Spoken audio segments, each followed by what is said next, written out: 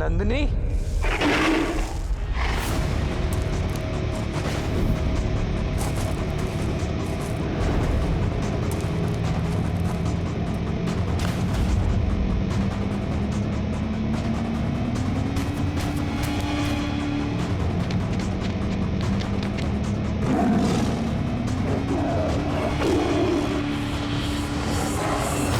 छोड़ दो नंदिनी को। ये मेरी रक्षा में है क्रूर बाघ। भूखे को क्रूर कहते हो राम? जो शरीर विधाता ने दिया उसे भोजन देने का प्रयास क्रूर कैसे हो सकता है? प्रकृति ने मुझे बनाया ही ऐसा है कि अन्य पशुओं को खाकर जीवित रहूं।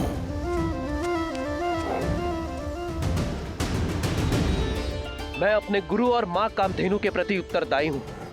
मेरे धर्म के आड़े मत आना, अन्यथा।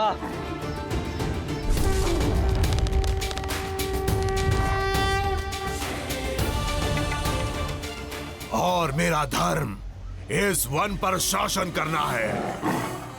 यदि तुम इससे मुझसे छीनकर मुझे भूख से तड़पता छोड़ दोगे तो क्या यह धर्म होगा? बोलो राम, मुझसे मेरा भोजन छीनकर तुम एक अधर्म नहीं करोगे? अपना पेट भरना तुम्हारा धर्म है और नंदिनी की रक्षा करना मेरा धर्म। और जब दो लोगों का धर्म आपस में टकराता है तो धर्म संकट होता है, और धर्म संकट का एक ही हल है, त्याग। त्याग? मैं अपने आहार का त्याग नहीं करने वाला। पर मैं कर सकता हूं। रघुकुल रीत सदा चली आई, प्राण जाए पर वचन न जाई। मैं नंदिनी के स्थान पर स्वयं को प्रस्तुत करता हूं।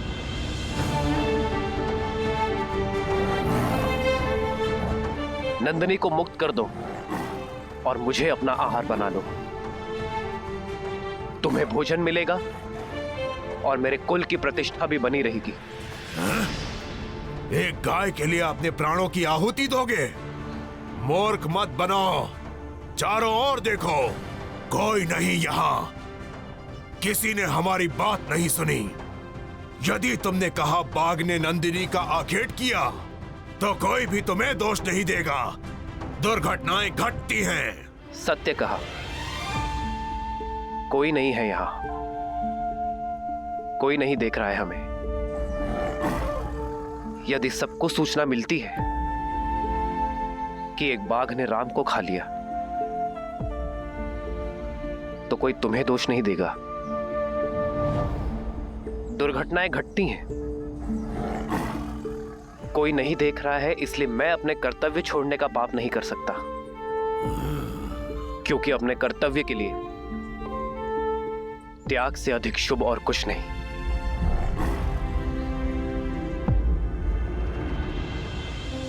बना लो मुझे अपना आहार और छोड़ दो नंदिनी को।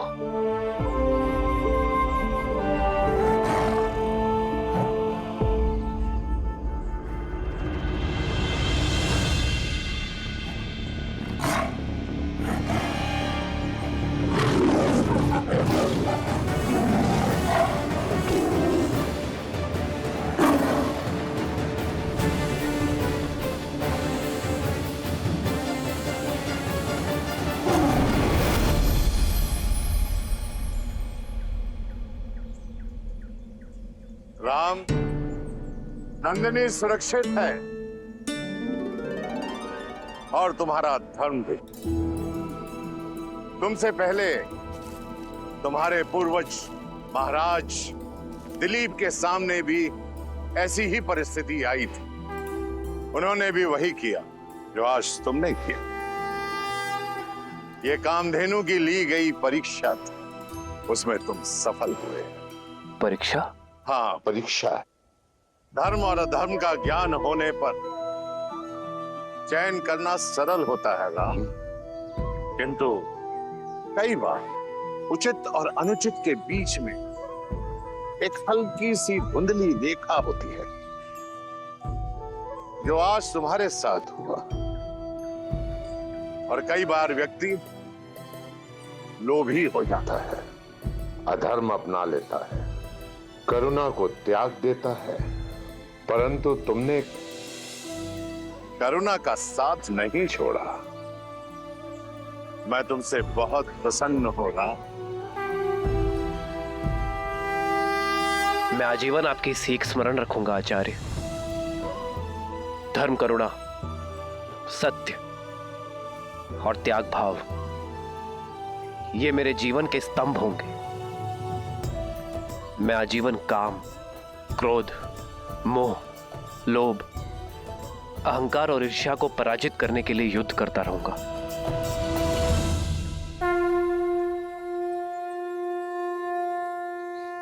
यशस्वी भव राम, यशस्वी भव। मेरे पास जो आया था वो प्रकाश की एक रेखा थी।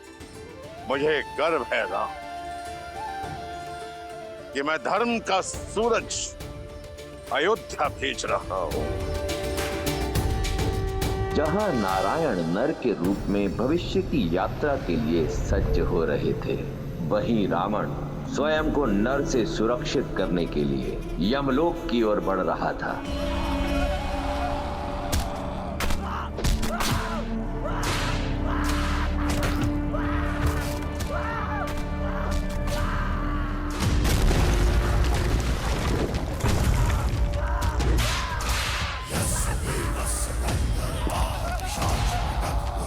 यम, कहो, समक्ष आओ।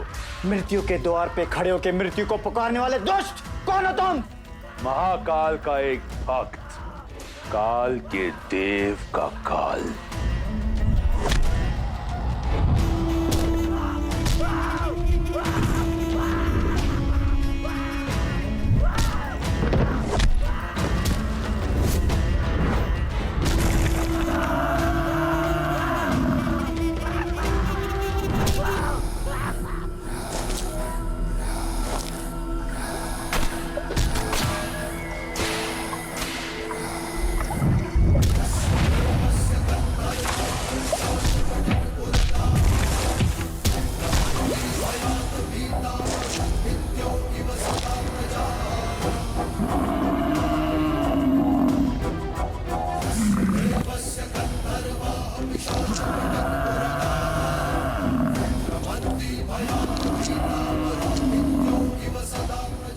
लौट जाओ दशानन।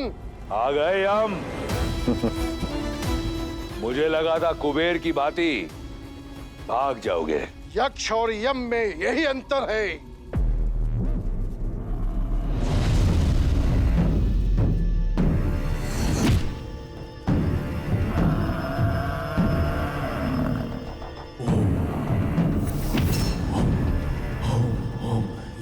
काल को ललकारने वाले अकाल मृत्यु को प्राप्त करते हैं।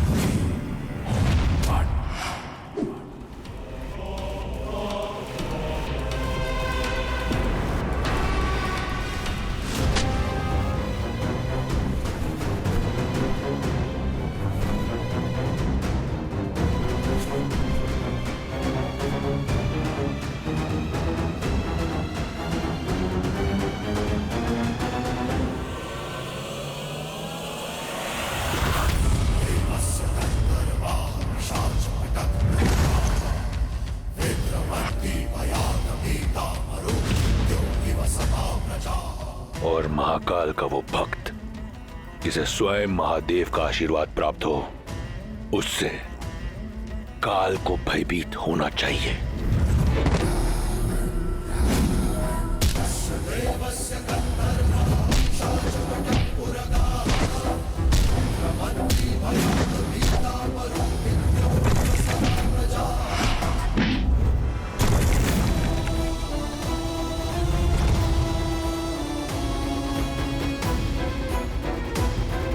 मूर्खता मत कर रावण। ब्रह्मदेव के दिए वरदान का अनुचित लाभ मत उठाओ। उसी वरदान के अनुसार तुम मुझे मार नहीं सकते। सोचता हूं आज मृत्यु को ही मृत्यु दे दूं।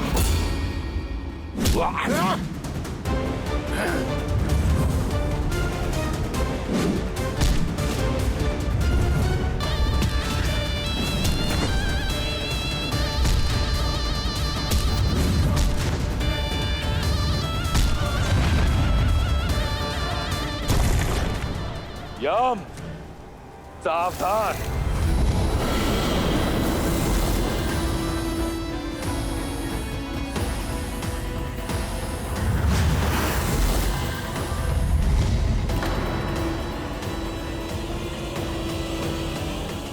रुक जाओ दशानन।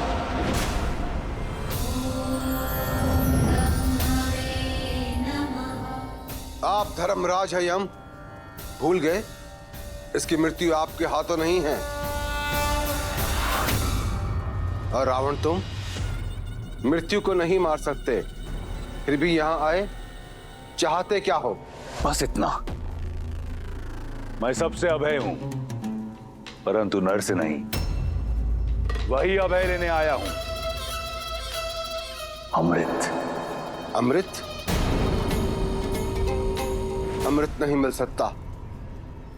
तुम अमृत के पात्र नहीं हो। जानता था। जाइए आप, परंतु मैं यहां से नहीं जाऊंगा। मेरा निश्चय अटल है। जब तक मुझे अमृत नहीं मिल जाता, मैं यहां से नहीं जाऊंगा। तुम्हें अमृत पान कराने का अधिकार मुझे नहीं है रावण। वचन रहा, रावण का वचन। मैं उस अमृत का पान नहीं करूंगा। यदि मैंने ऐसा किया तो आप अपना वरदान निष्फल कर देना। जो अमृत असुर प्रयास से भी ना पा सके, मैं उसे पाना चाहता हूं, अपने पास सुरक्षित रखना चाहता हूं। अब आपके समक्ष केवल दो ही मार्ग हैं। या तो आप इस असुर को वो कलश दे दें, या फिर यहां मैं यम को व्यस्त रखकर सबको अमर कर दूं।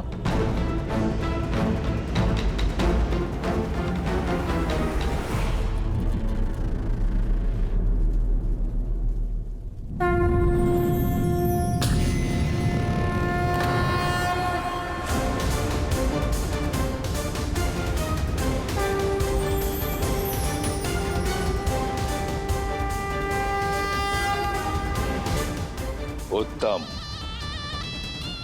अति उत्तम। वचन रहा, मैं इसका पान नहीं करूंगा। यह सर्वदा मेरे साथ सुरक्षित रहेगा।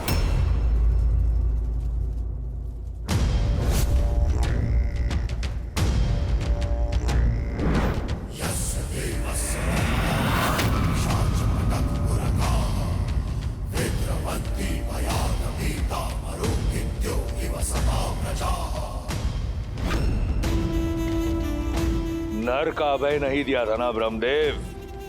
अब देखो, नर ले आओ या कोई और जाति उत्पन्न करो, जैसे ही मुझ पर प्रहार होगा, ये कलश टूटकर इसका अमृत मेरे लहू के साथ मिल जाएगा। इस तरह मेरा वचन भी नहीं टूटेगा। अब रावण का कोई तोड़ नहीं।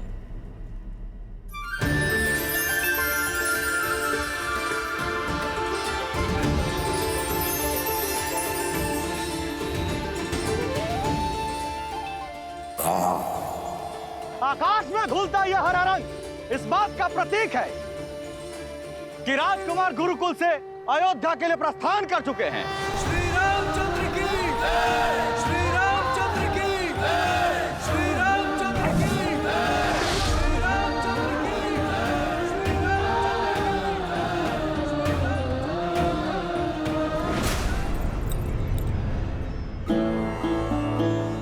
वर्षों से प्रतीक्षा थी एक क्षण की, वो आ ही गया। प्रतीक्षा तो हमने भी की है अपने पुत्रों के लौटने की,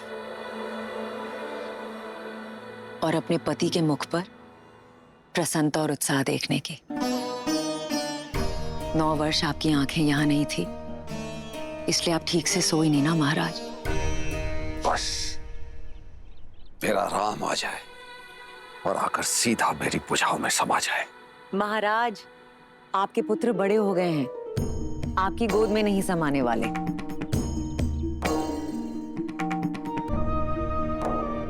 हम तो ये भी नहीं जानते कि हमारे पुत्र दिखते कैसे हैं महाराज। ये निर्दयी समय कितने वेग से दौड़ता है ना। अपने नन्हे मुन्ने आंखों के तारे भेजे थे हमने गुरुकुल, और आज जो लौट कर आ रहे हैं वो अयोध्या की प्रजा की आंखों के सूर्य हैं। कितनी आशाएं, कितने दैत्व बंधे हैं राम से। आज के पश्चात राम का जीवन सदैव के लिए बदलने वाला है। क्या जाने नियति हमारे पुत्रों को किस ओर लेकर जाएगी। किंतु मैं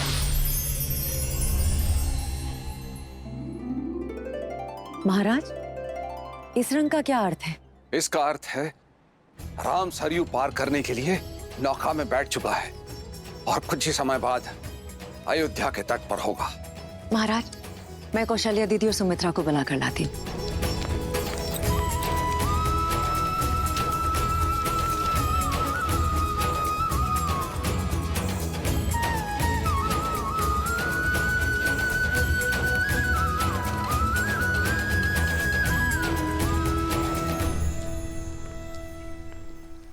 क्या हुआ महारानी?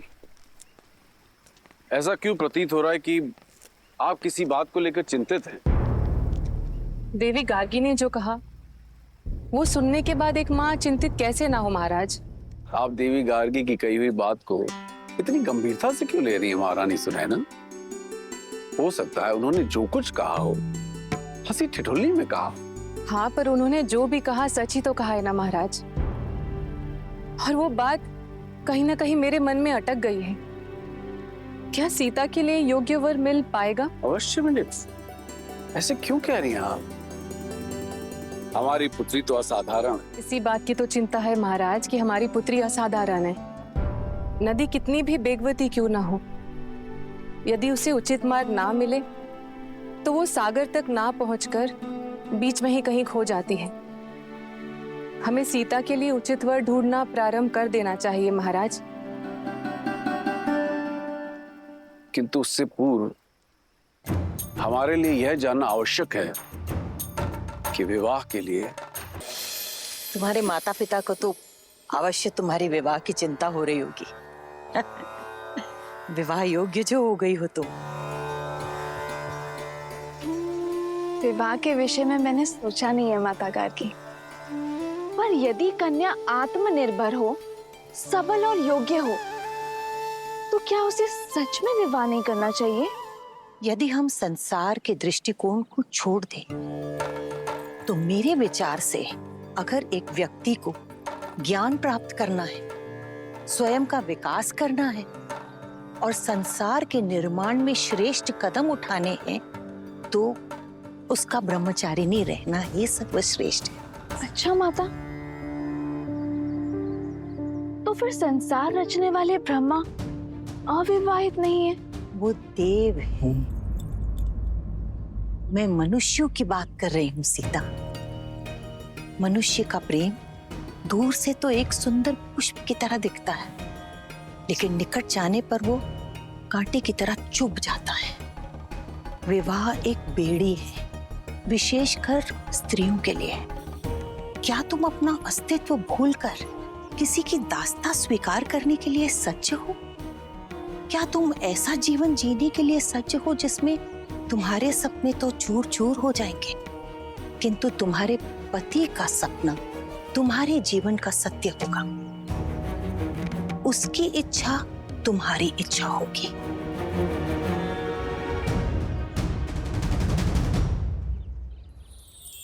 क्षमा चाहती हूँ माता गार्गी, पर जैसे आपने कहा कि दृष्टिकोण की बात है, तो मेरी दृष्टि में विवाह रास्ता नहीं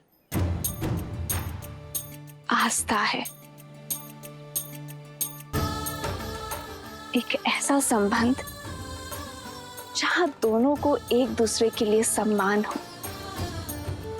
समर्पण हो और समझ हो। एक ऐसा संबंध जहां दोनों एक दूसरे पर निर्भर ना हो, दोनों एक दूसरे का बल हो, जहां दोनों एक दूसरे का व्यक्तित्व और अस्तित्व को विशाल करने का प्रयत्न करें। उस विवाह से सुंदर और मीठा और कुछ नहीं हो सकता माता गार्गी। जैसे शिव और पार्वती हैं, वो दोनों एक दूसरे के अर्धांग हैं, पर एक दूसरे को पूर्ण करते हैं। जैसे लक्ष्मी और नारायण। लक्ष्मी नारायण वो लक्ष्मी जो सदा विष्णु के चरणों में पड़ी रहती है, और जब विष्णु विश्राम करते हैं तो लक्ष्मी उनकी सेवा में तल्लीन रहती है। और विष्णु तो सदा भ्रमण कर रहे होते हैं संसार भर का। फिर से दृष्टिकोण की बात है। मेरी दृष्टि में ये दोनों की यात्रा है। यदि लक्ष्मी नारायण की सेवक होती तो क्या उनका नाम नारायण से पहले लिया जाता?